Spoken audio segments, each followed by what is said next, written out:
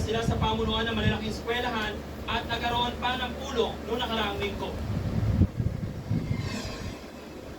Ang posible natin ma-apply dito, kung mga natitira natin, yung kanilang freezing area doon sa mga vehicle na walang sticker, baka po pwede i-adjust pa ng konti para mas maraming sasakyan na makukunin na hindi pupuntis dito sa Katipunan. Pati tingnan natin kung yung sa K2, yung from galing ng Marikina, meron isang malit na service road doon na meron ng entrance ng doon for pedestrian. Tinitingnan natin baka po pwede na papayagan nila o makagawa sila ng paraan na makapasok din ang vehicle doon. Bakit?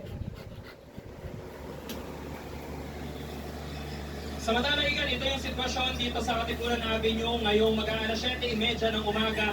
Napabigat na po ng traffic. Parehas na lane po yan.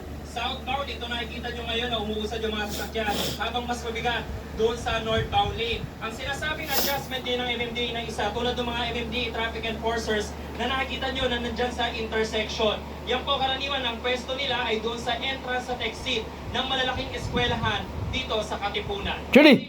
Mula rito sa Quezon City, ako po si James Agustin para sa GMA Integrated News. Nakalusot ang litrato ng matching sa online SIM registration na ginawa ng NBI. Bukod dyan, marami pa rin reklamo tungkol sa mga text kung makakalusot yung mga yan dahil larawan po ng tao yun. Yan po yung tumadaan ngayon sa lista po ng post-registration validation po natin, Ma'am Susan, with the Telpos. Opo, kasi po yung when they get the subscribers register, hindi po naman nakikita po ng mga Telpos yun dahil absolutely confidential na po yung data at information at nasabit ng ating subscribers. But meron po tayong process ngayon, yung post-registration